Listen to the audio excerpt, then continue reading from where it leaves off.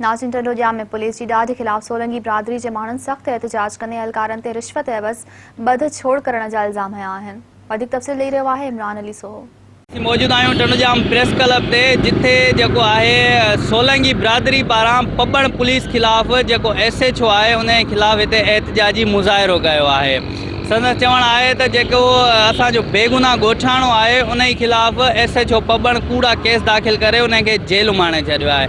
वधीक उहे असांखे इन बाबति छा था ॿुधाइनि, अचो तव्हांखे उन्हनि जी ज़बानी ॿुधायूं। चाहियूं त हक़ ई हक़ थिए, छो त हिकिड़ो ईअं त न आहे जो जेको अचे थो जीअं वणे सो किथां बि माण्हू खणी बसि मथां खां ॾंडो थो अचे त ईअं ठाहे हद थाणो कहिड़ो बि थाणो हुजे, चाहे पबण हुजे चाहे कहिड़ो बि थाणो हुजे, हक़ ई हक़ हुजे।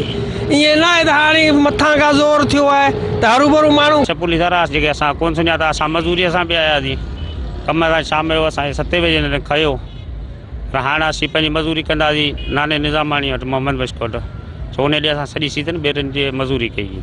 असीं त हाणे मज़दूरी था केॾी महिल ॿेरनि जो कमु 11 बजे अचूं, केॾी महिल 12 बजे अचूं, इन में असांखे खणी आहे पोइ इन हैदराबाद खणी आहे। उन खां पोइ जेको असां हैदराबाद खणी वञण खां पोइ उते सट कुट कयूं, पर हाणे मेन मक़सदु उते असांखे इहो ई चयूं पियो पुलिस वारनि त हीअं हथियार ॾियो न ॾियो असांखे मिली आहे। छा थियो? असां इन इलाज कयो एहतजाज असांखे इंसाफ़ मिले, असांजे ॻोठाणे ग़रीब हिकिड़े मिसकिन खे बेगुज़र बेगुनाह मज़ून माण्हू खे जेको पुलिस खणी वञे उनखे ॾाढो मारा कुट करे उनखे कूड़ा केस हणी उन पबण थाणे जी पुलिस आहे उन मंझि जेको उनखे ॾाढो परेशान करे ऐं हिनखे जॾो करे छॾियो मारे इंसाफ़ी कई वई आहे।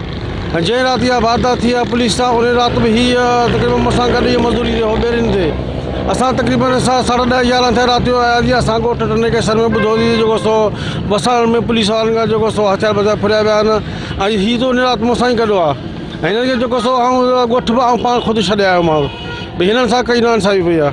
बराए महिरबानी हिन सां इंसाफ़ कयो वञे। तारीख़ 24/2021 ते बिना गुनाह बिना ॾोह जे पुलिस खणी वई, जेको केस फुर थी हथियार फुर थी नंगर वसाइण जे हद मां। उन में न बेगुनाह वीचारे खे मज़ूरी था असांजे अखियुनि जे अॻियां खणी विया आहिनि।